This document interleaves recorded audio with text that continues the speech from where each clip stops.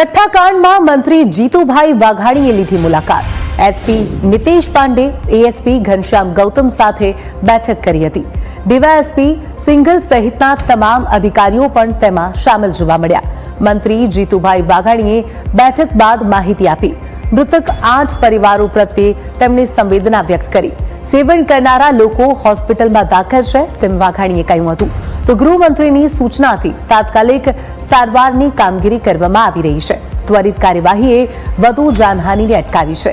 16 દર્દીઓને હોસ્પિટલમાંથી ડિસ્ચાર્જ કરવામાં આવ્યા છે। ઘટનાના દિવસે જ એસએમસીની તપાસ સોંપવામાં આવી છે।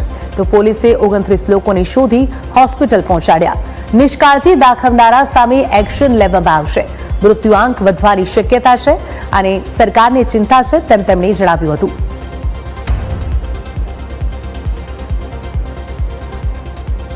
જેવું ધ્યાનમાં આવ્યું 18 તારીખે તુરત જ પોલીસ ડિપાર્ટમેન્ટે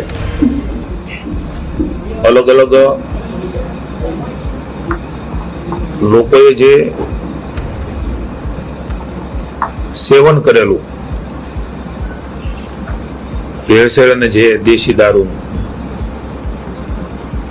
એને તો પહેલા પ્રાયોરિટીમાં તાત્કાલિક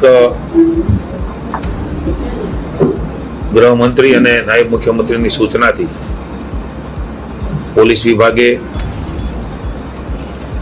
એમને હોસ્પિટલ ખસેડવાનું કામ એ કર્યું। જે લોકોએ સેવન નથી કર્યું અથવા તેની પાસે કંઈ આ પ્રકારની વસ્તુ પડી છે એમને પણ સૂચિત કરવામાં આવે। એસપી, કલેક્ટરશ્રી વગેરે દ્વારા પોલીસ સ્ટેશનમાં ગુના પણ નોંધાણા છે।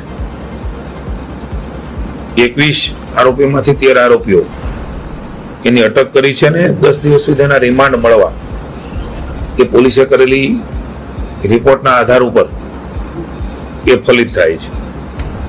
મુખ્ય સૂત્રધાર ગૌતમ સોલંકીને રહીશની પણ અટક કરવામાં આવેલ છે અને બીજા 2 પણ ગુના એમની ઉપર થયા છે।